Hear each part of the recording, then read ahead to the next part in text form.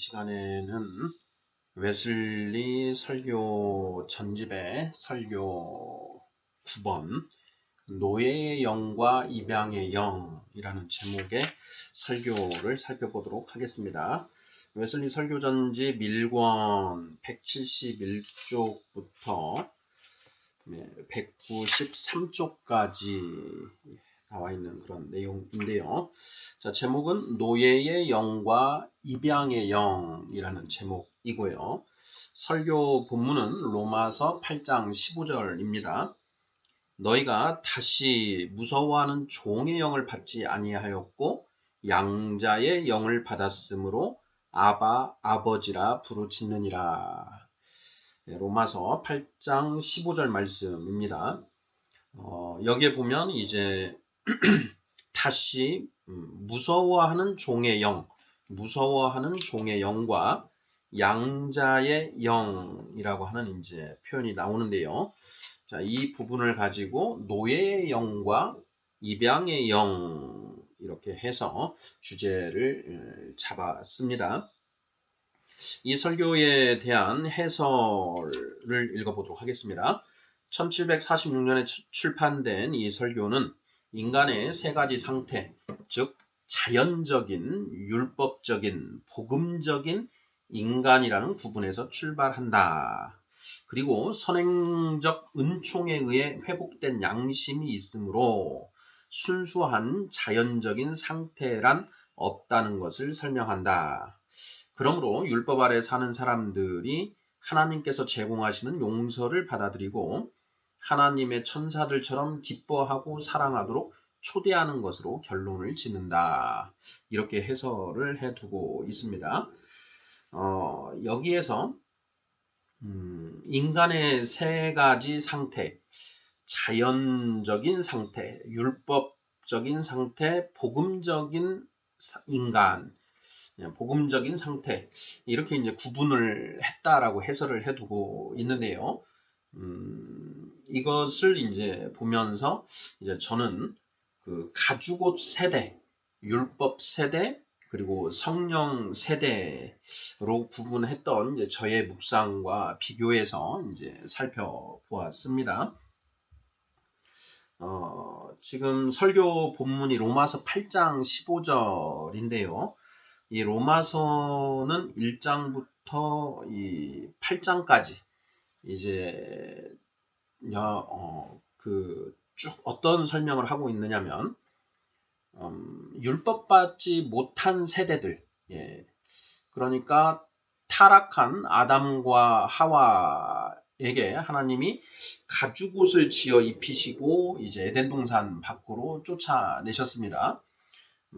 그렇게 이제 쫓겨난 그런 인간의 상태가 이제 이 자연 상태라고 할 수 있다. 이렇게 보여지고요. 거기를 그렇게 자연 상태, 가죽옷만 받고 쫓겨난 그런 상태, 세대를 가죽옷 세대다. 이렇게 볼 수가 있습니다. 자, 그러한 가죽옷 세대만 있던 그런 상황에서 하나님이 아브라함의 후손인 이스라엘에게 모세를 통하여 율법을 주셨습니다. 그래서 그 율법을 받은 이스라엘 백성들을 이제 율법을 받아서 살아가는 율법 세대라고 이렇게 부를 수가 있는 것이고요.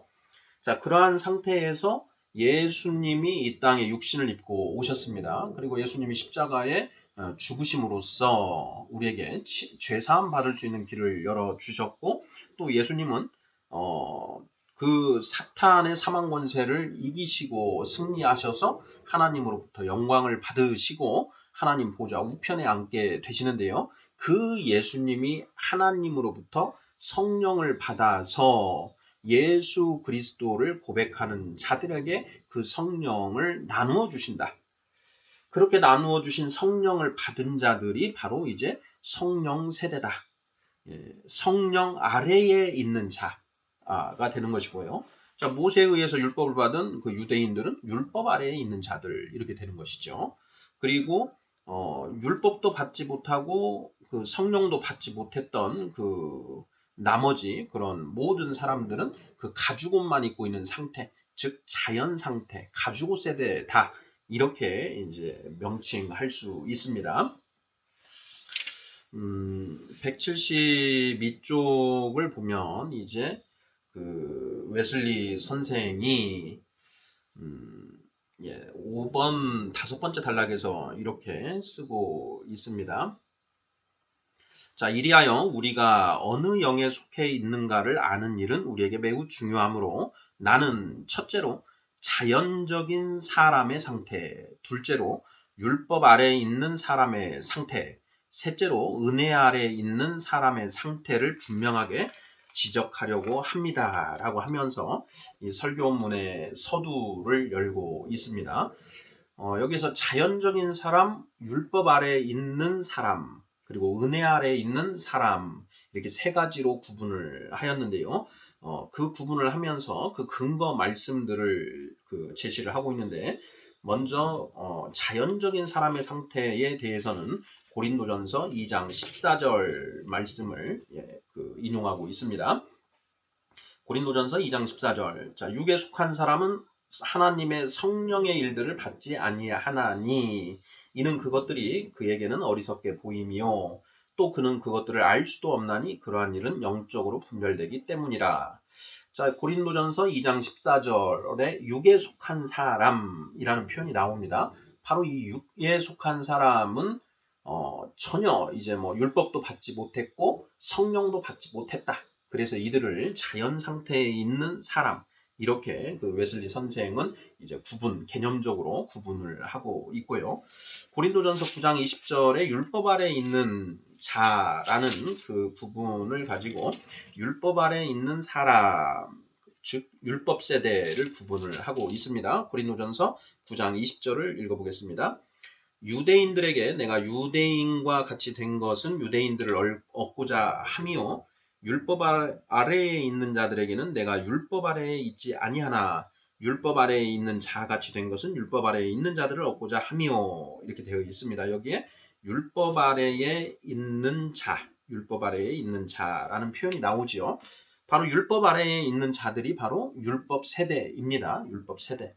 율법을 받은 자들은 모세를 통해서 율법을 받은 유대인들 그리고 예수 그리스도를 믿지 않은 그 모든 유대인들이 다 그 율법 세대에 들어가는 것이죠.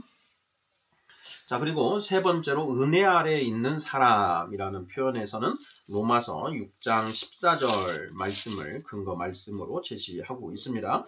로마서 6장 14절 죄가 너희를 주장하지 못하리니 이는 너희가 법 아래에 있지 아니하고 은혜 아래에 있음이라 이렇게 있습니다. 여기에 은혜 아래에 있다라는 이 표현을 인용해서 은혜 아래에 있는 사람. 자, 이 은혜가 어떤 은혜인가? 바로 성령 받은 사람인 것이죠. 예수 그리스도의 은혜로 구원의 은혜로 성령을 받은 그런 사람들. 14절에 죄가 너희를 주장하지 못하리니 이는 너희가 법 아래에 있지 아니하고 법은 여기에서 말하는 법은 율법을 말하는 거죠. 모세를 통해서 하나님이 유대인들에게 주신 율법을 말한다.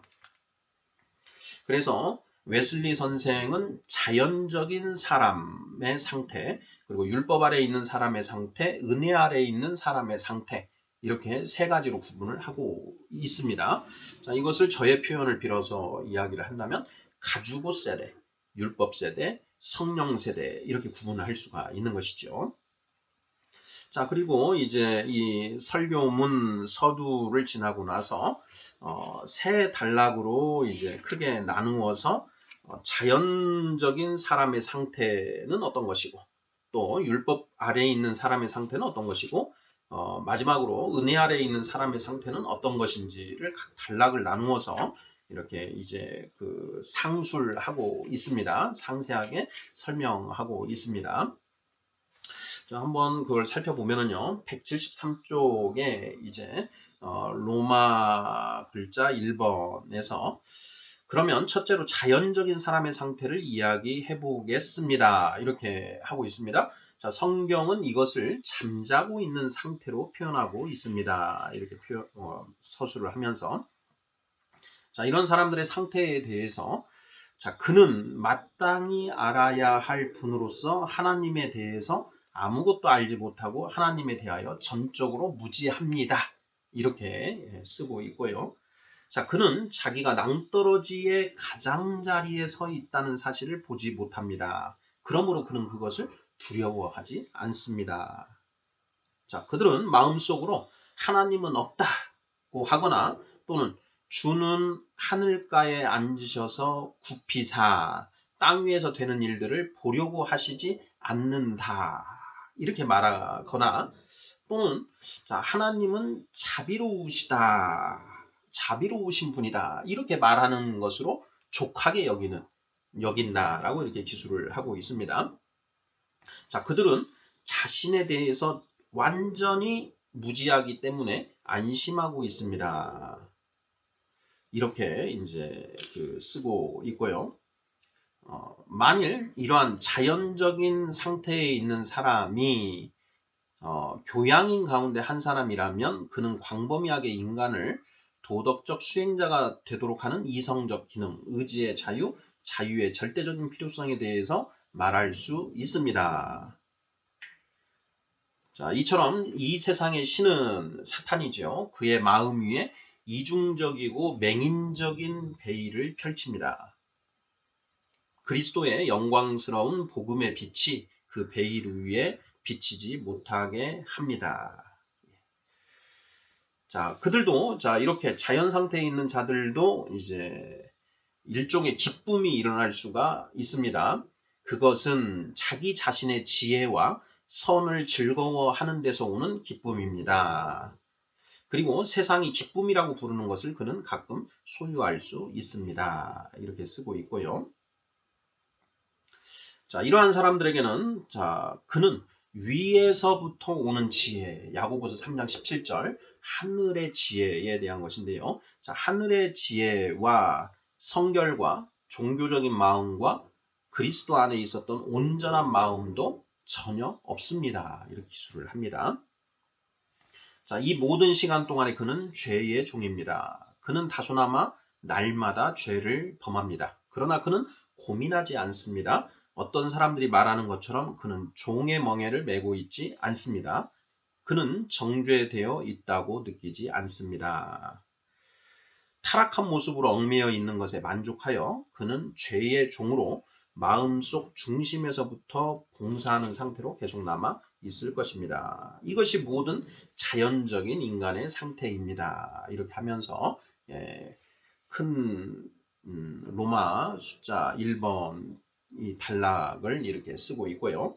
자, 이제 자연적인 상태에 처해 있는 인간의 모습을 이렇게 기술을 했고, 이제 두 번째로 율법 아래에 있는 이제 그 사람들의 상태, 율법 세대에 처해 있는 사람들의 상태를 이제 또 정리를 하는데요. 그런 사람들에게는 하나님의 율법의 내적, 영적인 의미가 그 사람 위에서 빛을 발하기 시작합니다. 자, 그들은 하나님의 말씀이 살아있고 힘이 있어 양쪽의 날선 어떤 검보다도 날카롭다고 느낍니다. 자, 그들은 자기가 벌거숭이요 자신이 꿰맨 모든 무화과 나무 잎사귀로부터 벗겨져 있다는 것을 압니다.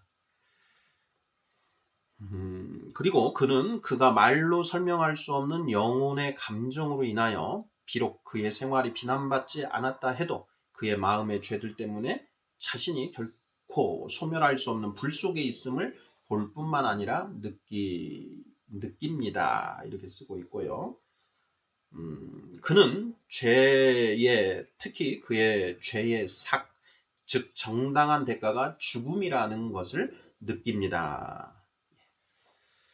그래서 이들은 자신을 기쁘게 하는 꿈, 거짓 안식, 거짓 평화, 공허한 그런 평안을 누리지 못합니다. 이제 그의 기쁨은 구름과 같이 사라집니다. 일찍이 사랑했던 쾌락은 그를 기쁘게 하지 못합니다. 그러한 쾌락은 맛을 잃어버렸습니다. 그는 그 구역질 나는 단맛을 혐오하게 됩니다.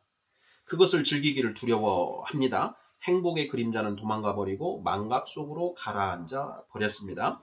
그러므로 그는 모든 것으로부터 벌거벗김을 당하고 안식을 찾아서 여기저기를 방황하지만 조금도 얻지 못합니다. 근데 지금 이 모습들이 율법 세대의 상태를 서술을 하고 있는 것입니다.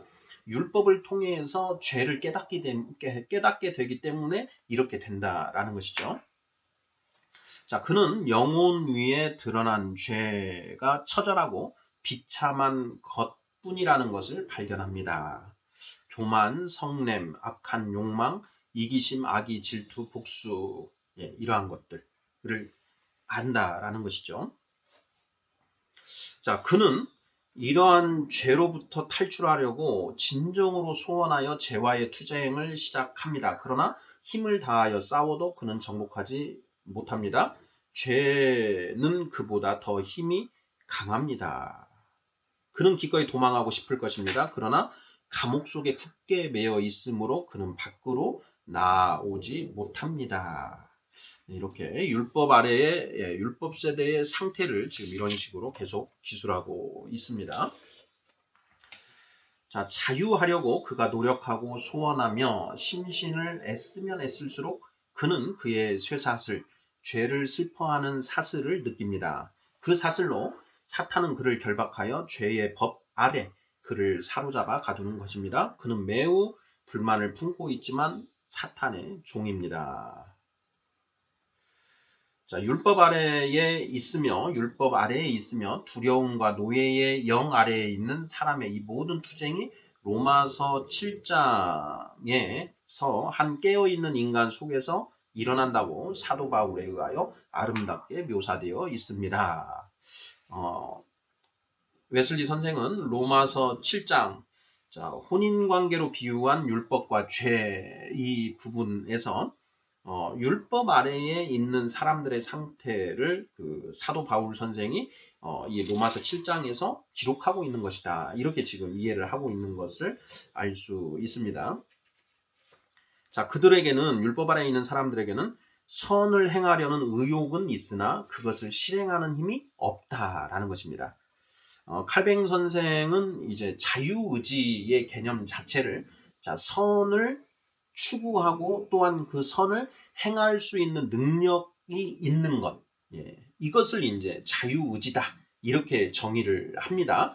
자, 그렇기 때문에 이 율법 아래에 있는 사람들은 그 율법을 통해서 선이 무엇인지는 알고 있지만 그 선을 행할 수 있는 힘은 가지고 있지 못하다 이렇게 이제 표현을 하게 됩니다.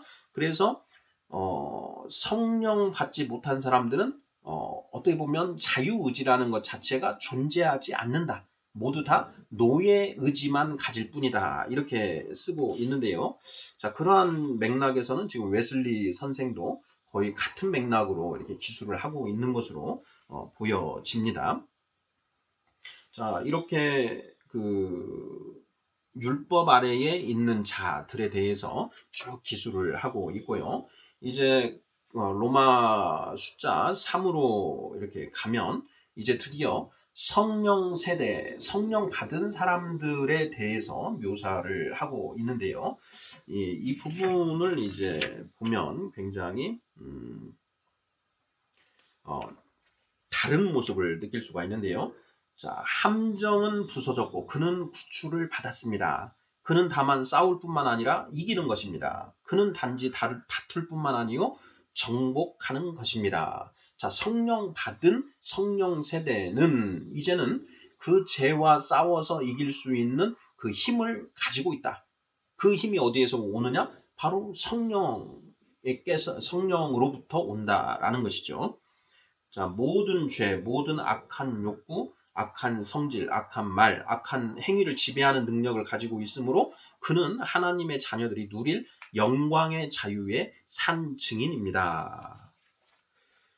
자, 이렇게 성령 세대를 이제 기술하고 있습니다. 그 죄책과 죄의 세력이 다 끝이 났습니다. 이렇게 표현을 하고 있는 것이죠. 로마서 8장을 보면 로마서 8장 3절, 4절을 읽어보면요. 율법이 육신으로 말미암아 연약하여 할 수 없는 그것을 하나님은 하시나니 곧 죄로 말미암아 자기 아들을 죄 있는 육신의 모양으로 보내어 육신의 죄를 정하사 육신을 따르지 않고 그 영을 따라 행하는 우리에게 율법의 요구가 이루어지게 하려 하심이니라 이렇게 쓰고 있는데요. 선포하고 있는데 바로 이 율법 세대는 율법을 통해서 선이 무엇인지는 알 수 있습니다. 하지만 이 육신의 연약함으로 인해서 그 선을 행할 능력은 없다라는 것이죠. 그런데 그랬던 그 율법 세대가 예수 그리스도를 믿음으로 인해서 하나님으로부터 성령의 선물을 받게 되었고 그 성령의 인도하심을 따라서 행하는 자들에게는 율법의 요구가 이루어질 수 있다. 자, 율법은 우리에게 하나님의 말씀을 지키라라고 요구를 하는 것이죠. 그런데 그것을 성령을 받음으로써 이제 우리의 지정의가 강화되어서 하나님 그 율법에 따라 행할 수 있게 된다라고 로마서 8장에 쓰고 있는데 자, 웨슬리 선생은 이것을 있는 그대로 그렇게 받아들이고 있습니다. 자, 이것에 대해서 이제 칼뱅 선생은 약간 다른 입장에 서 있는데요. 왜 다른 입장에 서 있는지 그 이유를 우리가 명확하게 알아야 됩니다. 자, 칼뱅 선생은 그 죄를 우리가 성령을 받더라도 또 이 그 성숙이 되어서 이렇게 올라가더라도 육신의 장막, 육신을 입고 있는 한은 여전히 죄인이다. 죄로부터 자유로워질 수 없다라고 이렇게 그 사도 바울 선생은 쓰고 있습니다. 자, 왜 그런지 그 이제 죄의 개념 때문에 그런 것인데요. 사도 바울 선생은 자, 우리 육신에 이 존재하는 죄의 그 속성 그 자체가 존재하는 것을 죄라고 이렇게 정의를 합니다. 그렇기 때문에 우리가 육신을 입고 있는 한은 계속해서 그 죄인일 수밖에 없다. 이런 이제 정의로 나아가는 것이고요. 웨슬리 선생은 그런 칼뱅 선생과는 좀 다른 측면으로 이해를 합니다. 그것은 죄의 속성, 죄된 그런 본성이 남아 있는 것이고 그것 자체를 죄로 보는 것이 아니라 그 본성에 굴복해서 육체의 소욕에 굴복해서 육체의 소욕을 쫓아감으로써 이제 마음으로든 육신으로든 죄를 범했을 때 그때를 죄로 봐야 된다. 이런 이제 관점에서 봅니다. 그렇기 때문에 그 웨슬리 선생의 입장에서는 그 성령 받은 사람들은 이제는 죄로부터 벗어날 수 있는 그 가능성이 있다라는 것이죠.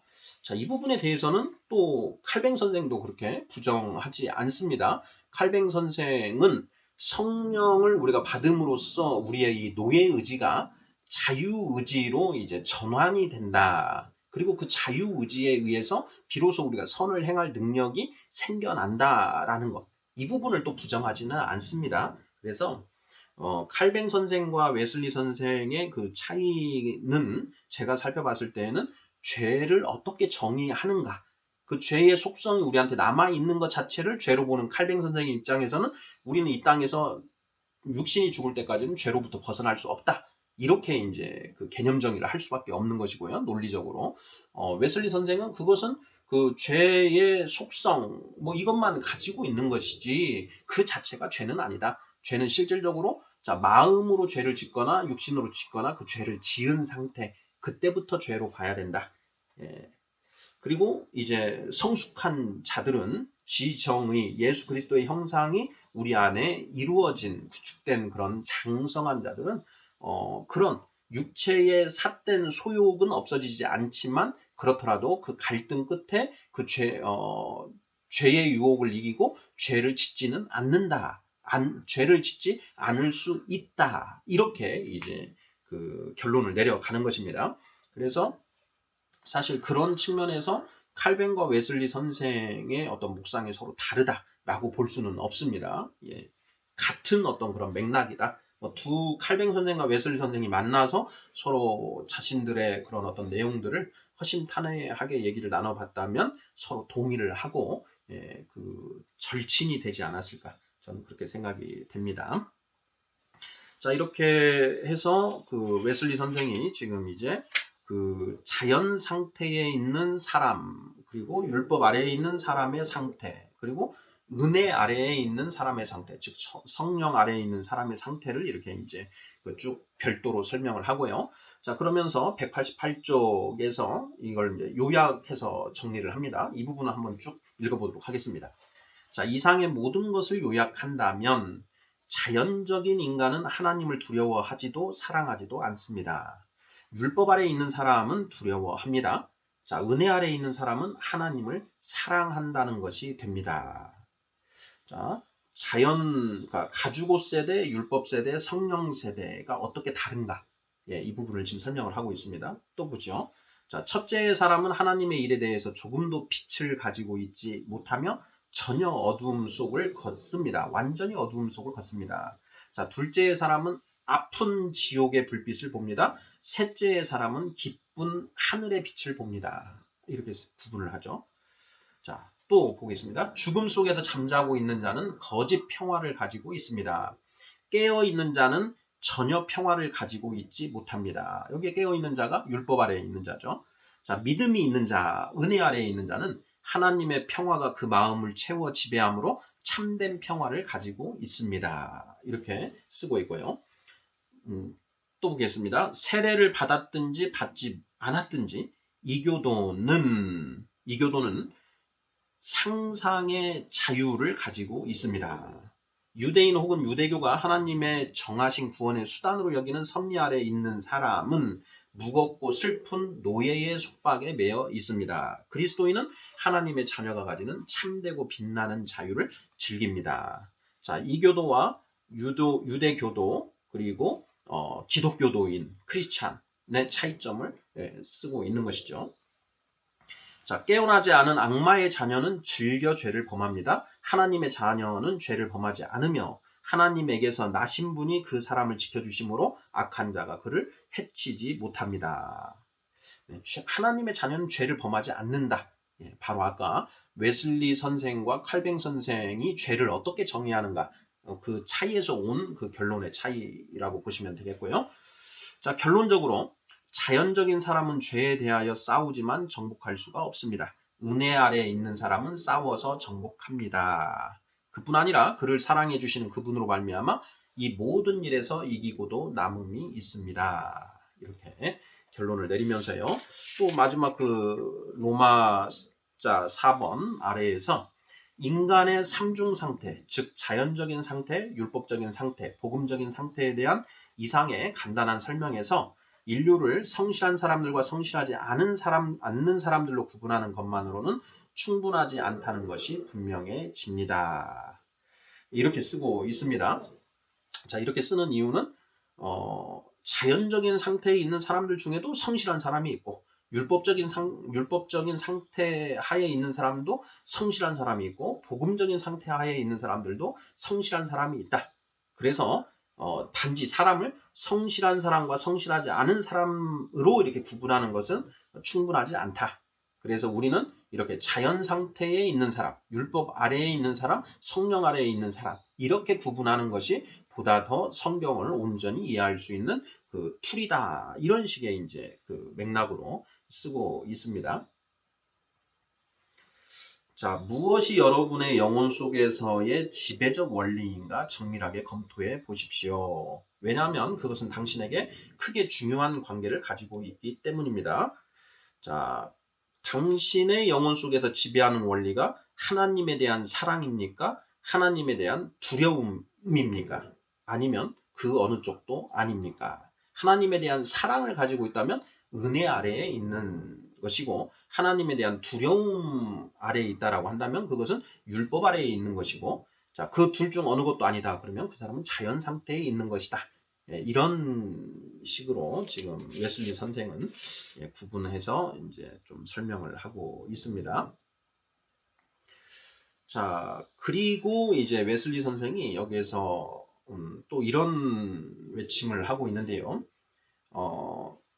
예수 그리스도의 이름으로 세례를 받았지만 그 자연 상태 내지는 율법 상태에 머물러 있는 그 신자들이 있다. 예, 이런 부분을 가지고 이제 촉구를 합니다. 이교도여 가면을 벗으십시오. 당신은 결코 그리스도로 옷 입지 않았습니다. 가림 없는 얼굴로 서십시오. 하늘을 우러러 보십시오. 그리고 영원히 살아계신 분 앞에 당신이 하나님의 자녀들이나 하나님의 종들 가운데에 전혀 관계를 가지고 있지 않은 자라는 것을 고백하십시오. 당신이 누구이든 간에 문제는 당신이 죄를 범하는가 혹은 죄를 범하지 않는가에 있습니다. 당신은 날마다 모든 죄에 대하여 싸우고 있습니까? 그리고 날마다 이기고도 남음이 있습니까? 나는 당신을 하나님의 자녀로 인정합니다. 당신의 빛나는 자유 안에 굳게 서십시오. 자, 당신은 싸우고는 있으나 정복하고 있지는 않습니까? 승리를 얻고자 애를 써도 얻어지지 않습니까? 그렇다면 당신은 아직 그리스도 안에 있는 신자가 아닙니다. 당신 잠자는 자여, 깊은 것이 당신을 삼켜버리기 전에 당신의 하나님을 부르십시오. 자, 이렇게 쓰고 있고요. 자, 많은 사람들이 자기를 속이게 되는 또 하나의 이유는 그들이 인간은 꽤 멀리까지 가더라도 그래도 아직 자연적인 혹은 고작해야 율법적인 상태에 있다는 사실을 생각하지 못하는 데 있습니다. 이렇게 쓰고 있습니다. 예. 자, 많은 사람들이 자기를 속이는 이유, 내가 성령 아래에 있지 않음에도 불구하고 성령 아래에 있다고 자기를 스스로 속이는 그런 이유가 무엇이냐? 아무리 인간이 성숙하게 된다고 하더라도 자연 상태 혹은 율법 아래에 있는 상태까지밖에 고작해야 율법적인 상태에 있다는 사실을 생각하지 못하기 때문이다. 예. 이거 말이 조금 어렵습니다. 네, 이 부분 한번 좀 잘 한번 보셔야 될 것 같고요. 자, 그러면서 역시 이 모든 것에도 불구하고 그는 자기 자신도 하나님도 모르는 단순한 자연적인 인간일지도 모르는 것입니다. 이런 경우에 그는 회개한 일도 없고 또 복음을 믿은 일도 없고 두려움을 품게 하는 영에 대해서도 또는 사랑의 영에 대해서도 모두 낯선 사람입니다. 자, 그래서 그리스도의 이름으로 부르심을 받은 여러분은 여러분의 높은 소명의 목표에 도달하지 못하는 일이 없도록 조심하는 것이 좋습니다. 여러분은 좋은 그리스도인으로 간주되는 너무도 많은 사람들과 함께 자연적인 상태 안에 머물러 버린다든지 사람들 사이에서 크게 높임을 받는 사람들이 보통 그런 상태로 살고 또 죽어버리는 저 율법적 상태 안에 머물러서는 안 됩니다. 여러분은 하늘에서 이루어진 것처럼 땅에서도 하나님의 뜻을 이루어야 합니다. 이렇게 쓰고 있습니다. 제가 이 웨슬리 선생의 이 노예의 영과 입양의 영이라고 하는 이 부분을 이렇게 보면서 웨슬리 선생의 그 묵상에서 좀 그 재미있고 좀 이제 그 하나 저의 묵상과 좀 달랐던 점을 발견했는데요. 그것은 무엇이냐면 예를 들어서 저를 예로 들어보겠습니다. 저는 완전히 그 자연적인 상태의 사람이었다가 나중에 제가 이제 그 아내의 강권에 이끌려서 이제 교회를 출석하게 되었고요. 그 교회에서 또 뭐 거의 그 억지로 교회를 다니다가 어느 순간 좀 한번 믿어보자. 이런 이제 제 안에 어떤 그걸 가지고 이제 학습을 받고 세례를 받았습니다. 하지만 믿음은 온전히 생기지 않았었습니다. 자, 그런데 그러다가 또 한 10여 년 정도 지나고 나서 하나님 말씀을 좀 공부를 해봐야 되겠다. 이런 마음이 들어서 열심히 또 성경 공부를 하고 그러다가 이게 이제 공부가 어느 정도 쌓이면서 예수님이 그리스도라는 사실이 완전히 믿어지게 되면서 성경의 모든 말씀들이 이제 완전히 다 받아들여지는 이런 경험을 했는데요. 자연 상태에서 그 율법 아래의 상태 그리고 성령 아래의 상태로 변화됐다. 한 사람의 저라고 하는 어떤 개인의 역사 속에 그것이 모두 실현되었다. 라는 측면으로 웨슬리 선생이 응용해서 적용하는 그런 그 뉘앙스를 느꼈습니다. 로마서에서 사도 바울 선생이 이렇게 논증한 부분은 제가 묵상하기로는 이 세상에 세 부류의 사람이 있다. 가주고 세대, 율법 세대, 성령 세대 이렇게 세 부류의 사람이 종류의 그런 세대가 있다. 이렇게 나누어서 자연 세대는 어떻게 되고 율법 세대는 어떻고 이제 성령 세대는 어떻다. 이렇게 해서 그 세대별 구분을 한 것인데요. 그것을 한 개인의 어떤 이런 역사에 적용을 해서 자연 상태에서 그 율법 세대로 그러니까 가주고 세대에서 율법 세대로 율법 세대에서 성령 세대로 이렇게 나아가는 어떤 한 개인의 역사 속에서 그것을 살펴보는 듯한 어떤 그런 느낌이 들었습니다. 그런데 그렇게 살펴볼 수도 충분히 있겠다라는 그런 이제 생각도 해 보았습니다. 네, 설교 웨슬리 선생의 설교 9번째 설교 노예의 영과 입양의 영이라는 그 부분에 대해서 설교에 대해서 한번 살펴보았는데요. 여기에서 핵심은 웨슬리 선생이 자연적인 상태의 사람 그리고 율법 아래에 있는 사람 그리고 성령 아래에 있는 사람 이렇게 해서 세 부류로 이렇게 구분해서 고찰하고 있다라는 것 그리고 이제 그러한 부분들이 상당히 성경적이고 그 타당성이 있다. 그 부분을 저 같은 경우에는 가주고 세대, 율법 세대, 성령 세대 이렇게 살펴보고 있다라는 점 이런 부분들 나누었습니다. 아멘.